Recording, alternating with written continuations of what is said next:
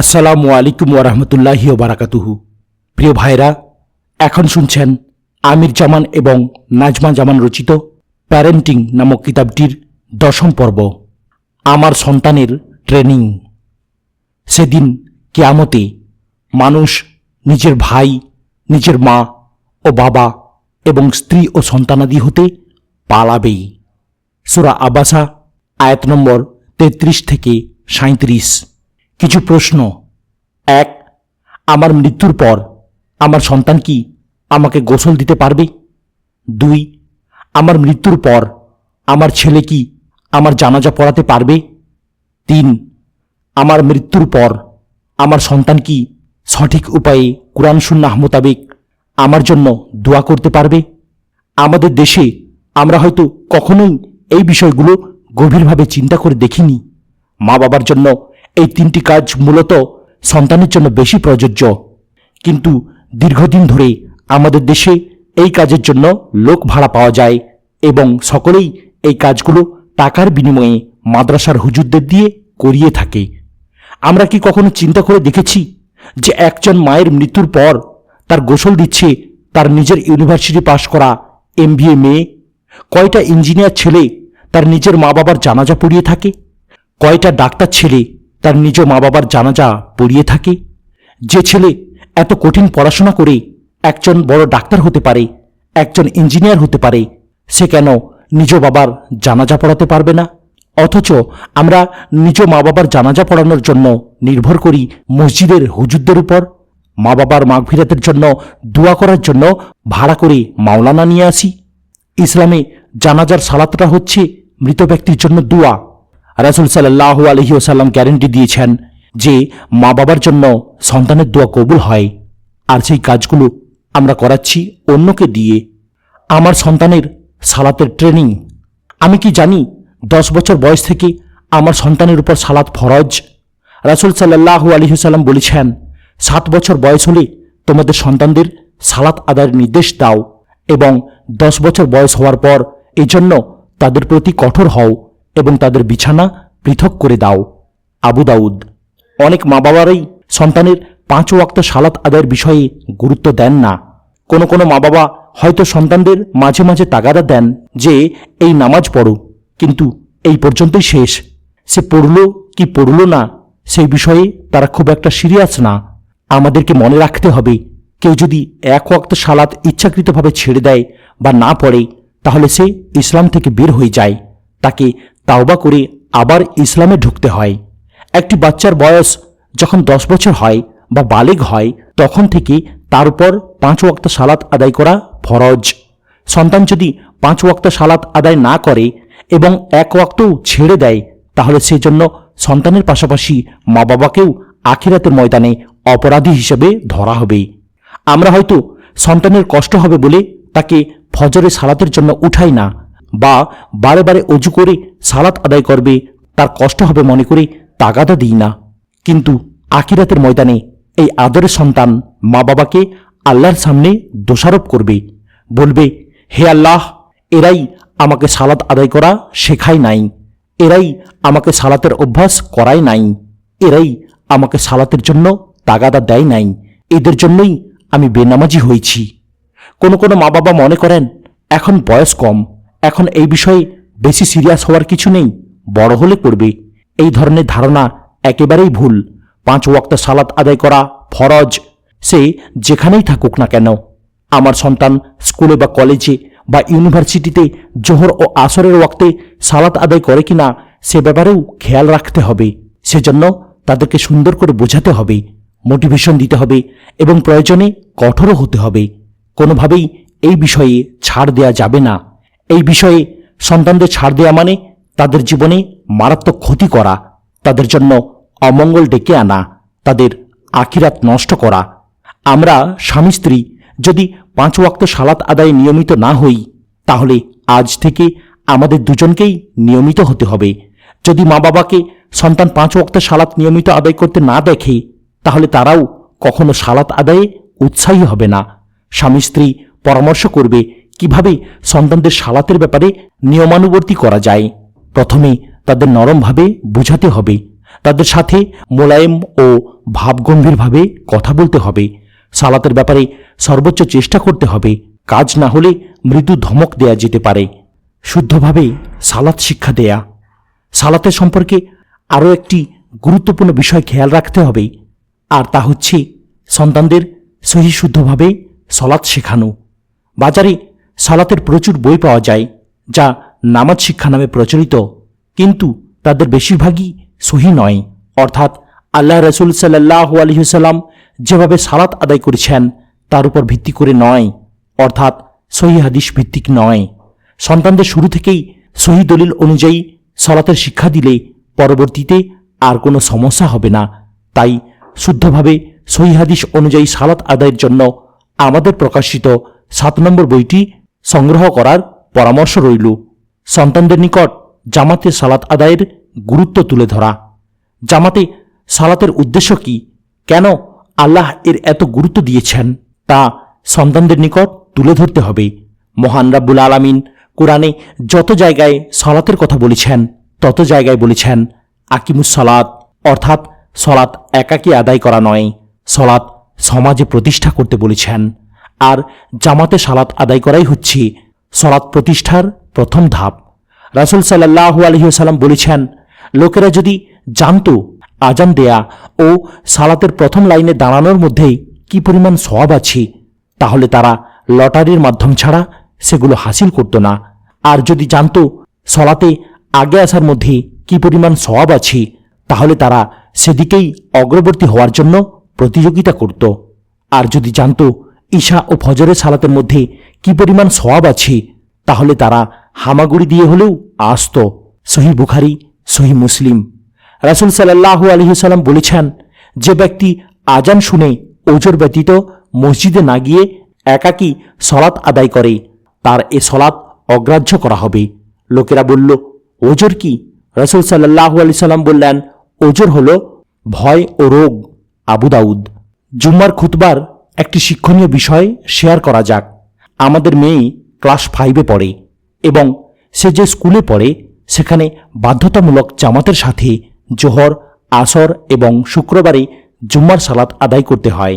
তার ক্লাস থেকে প্রতি সপ্তাহে জুম্মার খুতবার উপর একটি করে অ্যাসাইনমেন্ট থাকে যে সে ওই খুতবা থেকে কি শিক্ষা গ্রহণ করল তার উপর বিস্তারিত লিখে জমা দিতে হয়। উল্লেখ্য যে এখনকার প্রতিটি মসজিদেই জুম্মার খুতবাহ আরবিতে না দিয়ে ইংরেজিতে দেয়া হয় যেন মুসল্লিগণ সব বুঝতে পারেন। ইসলামের সঠিক নিয়ম হচ্ছে জুম্মার খুতবা হবে এলাকার বোধগম্য ভাষা অনুযায়ী।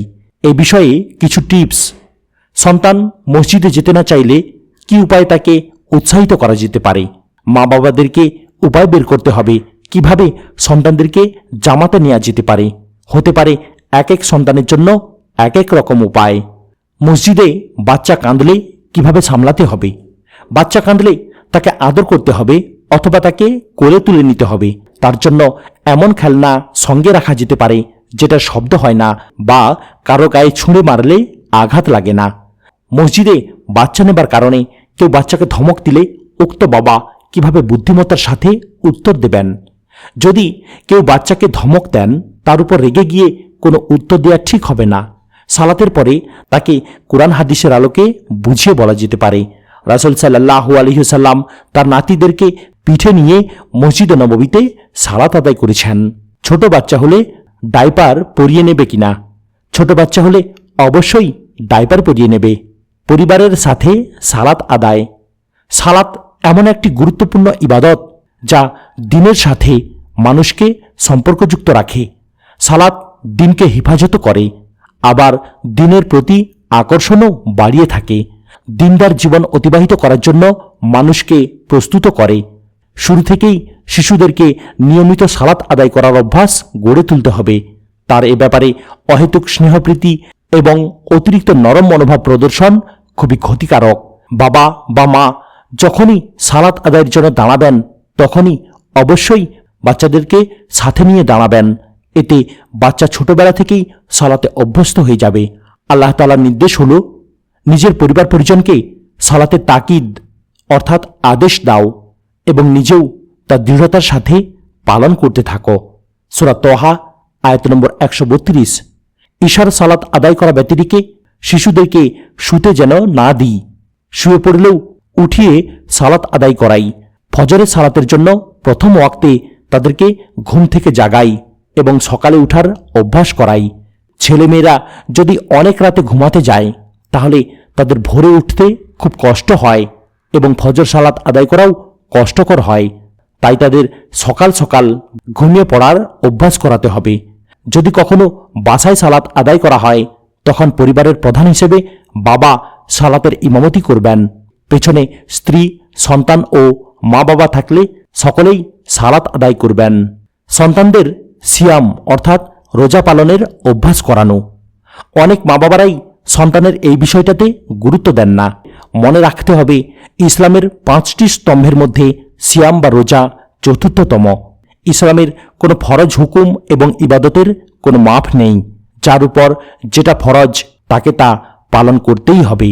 অতি দুঃখের বিষয়, অনেক মা বাবারাই সন্তানদেরকে এই ফরজ ইবাদত করতে বাধা দেন। তারা বলেন, তোমার এখন সামনে পরীক্ষা, এখন রোজা রাখার প্রয়োজন নেই, বা তুমি এখন ছোট, স্বাস্থ্য খারাপ হয়ে যাবে, সারাদিন না খেয়ে থাকতে পারবে না, ইত্যাদি নানা রকম অজুহাত। বাস্তবে দেখা গেছে যে মা বাবার গাফিলতির কারণে অনেক ছেলেমেয়েরা বড় হয়েও সিয়াম পালন করতে পারে না। একটি ছেলে বা মেয়ের উপর 12 থেকে 13 বছর বয়স থেকেই সিয়াম ফরজ হয়ে যায়। তবে তাকে আরও ছোটবেলা থেকেই সিয়াম পালনের প্র্যাকটিস করাতে হবে। তাহলে বালেগ হলে আর নিয়মিত 30টি সিয়াম পালন করতে কষ্ট হবে না। প্রথম দিকে ছেলে মেয়েদেরকে অর্ধবেলা পর্যন্ত পানাহার থেকে বিরত থাকার অভ্যাস করানো, পরবর্তী বছরে 1টি বা 2টি পূর্ণ সিয়াম পালনে উৎসাহিত করা, এভাবে প্রতি বছর একটু একটু করে সিয়ামের দিনের সংখ্যা বৃদ্ধি করা। সেই সাথে তাদেরকে রমাদান মাস ও সিয়ামের গুরুত্ব এবং তার শিক্ষাগুলো এক এক করে ব্রেনে ঢুকিয়ে দিতে হবে, যেন তারা বুঝে সিয়াম পালন করতে উৎসাহিত হয়, মা বাবার ভয়ে নয়। মেয়েকে পর্দা বা হিজাব করার অভ্যাস করানো। ইসলামে নামাজ, রোজা অর্থাৎ সালাত, সিয়াম যেমন ফরজ, তেমনি মেয়েদের পর্দা করাও ফরজ। আল কোরআনে যতগুলো ফরজ হুকুম আছে তার মধ্যে পর্দাও একটি। সূরা আহজাব এবং সূরা নূরে তা বিস্তারিত বর্ণিত হয়েছে। প্রতিটি মুসলিম মা বাবাকেই মেয়ের পর্দার বিষয়ে সিরিয়াস হতে হবে। মেয়ে যদি বালেগ হওয়ার পর থেকে পর্দা না করে তাহলে আখিরাতের ময়দানে এজন্য সর্বপ্রথমে মা বাবাকেই ধরা হবে, তারপর মেয়েকে। তখন নিজ মেয়েও এই জন্য মা বাবাকে দোষারোপ করবে। একটি মেয়ের 12-13 বছর বয়স থেকেই পর্দা ফরজ হয়ে যায়, আবার কোনো মেয়ের 9-10 বছর থেকেই পর্দা ফরজ হয়ে যায়।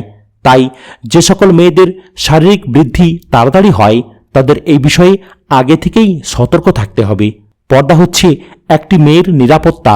কোনোভাবেই যেন মেয়ের রূপ, সৌন্দর্য এবং শারীরিক গঠন প্রণালী অন্যের নিকট প্রকাশ না পায়। তাই অবহেলা না করে খুব ছোট বয়স থেকেই মেয়ের পর্দার অভ্যাস করে তোলা উচিত। এতে বড় হলে আর পর্দা করতে কোনো অসুবিধা হবে না। এ বিষয়ে সর্বপ্রথম মাকে এগিয়ে আসতে হবে। সন্তানের মায়ের অবশ্যই তার নিজের পর্দার ব্যাপারে কোনো প্রকার শিথিলতা করা চলবে না। সন্তান যদি দেখে মা নিজেই ঠিকমতো পর্দা করেন না, তাহলে ছোট বয়স থেকেই সন্তানের মনের মধ্যে ঢুকে যাবে যে এটা ততটা গুরুত্বপূর্ণ বিষয় নয়, কারণ প্রতিটি সন্তান বাবা মাকে অনুসরণ করে থাকে। ফরজ ইবাদতের গুরুত্ব। আল্লাহর ফরজ ইবাদতের বিষয়টি একটি উদাহরণের মাধ্যমে আরও ভালোভাবে অনুধাবন করা যাক। আমরা সবাই আমাদের সন্তানদের খুব ভালোবাসি, নিজের জীবনের চেয়ে অধিক ভালোবাসি। যেমন আমার সন্তানের একদিন খুব জ্বর হলো এবং ডাক্তার ঔষধ দিয়েছে জ্বর সারানোর জন্য, কিন্তু সে ঔষধ খেতে চাচ্ছে না তিতা বলে। তিতা ঔষধ খেতে তার কষ্ট হয়। এখন আমি যদি তার প্রতি ভালোবাসা দেখিয়ে তার কষ্টের কথা মনে করে তাকে ঔষধ খেতে না দেই তাহলে কি হবে? আবার যেমন জ্বর খুব বেশি হওয়ার কারণে শরীরের তাপমাত্রা অস্বাভাবিক বেড়ে গেছে, এখন তার তাপমাত্রা কমানোর জন্য ঠান্ডা পানি দিয়ে তার শরীর মুছে দেওয়া প্রয়োজন, কিন্তু আমার সন্তান এই কাজটিও পছন্দ করছে না, কারণ শরীর মোছার সময়ও তার কষ্ট হয়। এবার আমি যদি তার কষ্টের কথা চিন্তা করে তার প্রতি ভালোবাসা প্রদর্শন করে তার শরীর মুছে না দেই তাহলে কি হবে? ঔষধ না খাওয়ার কারণে এবং অতিরিক্ত তাপমাত্রার কারণে হয়তো তার জীবনের বড় ধরনের ক্ষতি হয়ে যেতে পারে। এমনকি মারাও যেতে পারে। ঠিক উপরের উদাহরণের মতো সন্তানের প্রতি ভালোবাসা প্রদর্শন করে ভোরে উঠতে কষ্ট হবে বলে যদি তাকে ফজরের সালাতে না ডাকি, রমাদান মাসে কষ্ট হবে বলে যদি তাকে সিয়াম পালনে গুরুত্ব না দেই, পর্দা করার বিষয়ে গুরুত্ব না দেই, তাহলে আদরের সন্তানদের নিয়ে আখিরাতে একই ঘটনা ঘটবে। সন্তানদেরকে ত্যাগের শিক্ষা দেয়া। সন্তানকে ত্যাগের শিক্ষা দিতে হবে। নিজের পকেট মানি হতে একটি বিশেষ ব্যাংকে অল্প অল্প করে কিছু অর্থ জমা করার উৎসাহ দেওয়া উচিত। বছর শেষে জমা অর্থ কোনো গরিব আত্মীয়ের প্রয়োজন পূরণে ব্যবহার করতে পারি। কেবল আমি, আমার, এটা চাই, ওটা চাই ইত্যাদি স্লোগান হতে ওদের যতদূর সম্ভব দূরে রাখতে হবে। তাদেরকে শিক্ষা দিতে হবে ভোগে শান্তি নয়, তারা যেন অল্পে তুষ্ট থাকে, যা পায় সেটাতেই সন্তুষ্ট থাকে। যেমন কোথাও কোনো প্রোগ্রামে রিফ্রেশমেন্টের ব্যবস্থা রয়েছে এবং সেলফ সার্ভিস। এখন এখানে আইটেম নেওয়ার সময় খেয়াল রাখতে হবে যে অন্যেরাও যেন তা পায়। খুব টেস্টি মনে করে একই আইটেম অনেকগুলো খেয়ে ফেলা অনুচিত, তাহলে অন্যেরাও নাও পেতে পারে। কারণ এই খাবারে সবার হক রয়েছে, সেদিকে অবশ্যই খেয়াল রাখতে হবে। আবার সবগুলোর মধ্য থেকে ভালোটা বেছে বেছে নেওয়া ঠিক নয়, বা বেছে বেছে বড়টাও নেওয়া ঠিক নয়। ধনী গরিব সকল আত্মীয়দের সাথে পরিচয় করিয়ে দেয়া। অনেকেই সন্তানদেরকে গরিব আত্মীয় স্বজনদের সাথে পরিচয় করাতে চান না। গরিব আত্মীয় স্বজন যে আছে তা হয়তো কেউ কেউ স্বীকারও করতে চান না। সন্তানদেরকে তাদের থেকে দূরে রাখেন। ইসলামের দৃষ্টিতে এই কাজটি মোটেও ঠিক না। আল্লাহ কাউকে গরিব বানান, আবার কাউকে ধনী বানান। এটি তার পরীক্ষা। তিনি দেখেন কে কি করে। অনেকেরই গ্রামে গরিব আত্মীয় থাকে। সন্তানদেরকে সেখানে নিয়ে আত্মীয়দের সাথে পরিচয় করিয়ে দেওয়া উচিত। সন্তানদের সামনে তাদেরকে সাহায্য সহযোগিতা করা উচিত। এতে সন্তান শিখবে কিভাবে গরিব আত্মীয়দের সম্মান করতে হয়, কিভাবে তাদের পাশে দাঁড়াতে হয়। আবার কেউ কেউ ধনী আত্মীয় থেকেও হীনম্মন্যতার কারণে দূরে থাকেন। আমাদের উচিত তাদের সাথেও সন্তানদের পরিচয় করিয়ে দেয়া এবং সুসম্পর্ক বজায় রাখা। আমরা এবার 2015 সালে আমাদের মেয়েকে নিয়ে বাংলাদেশে গিয়েছিলাম। আমাদের উদ্দেশ্য ছিল তাকে বাংলাদেশের কালচার দেখানো এবং গরিব আত্মীয় স্বজনদের সাথে পরিচয় করানো। আলহামদুলিল্লাহ, তাকে গরিব আত্মীয় স্বজনদের সাথে দেখা করিয়েছি এবং ঢাকার বস্তিতেও নিয়ে গিয়েছি দেখাতে যে বস্তিতে কত কষ্টে মানুষ বসবাস করে, কত কষ্টে জীবনযাপন করে।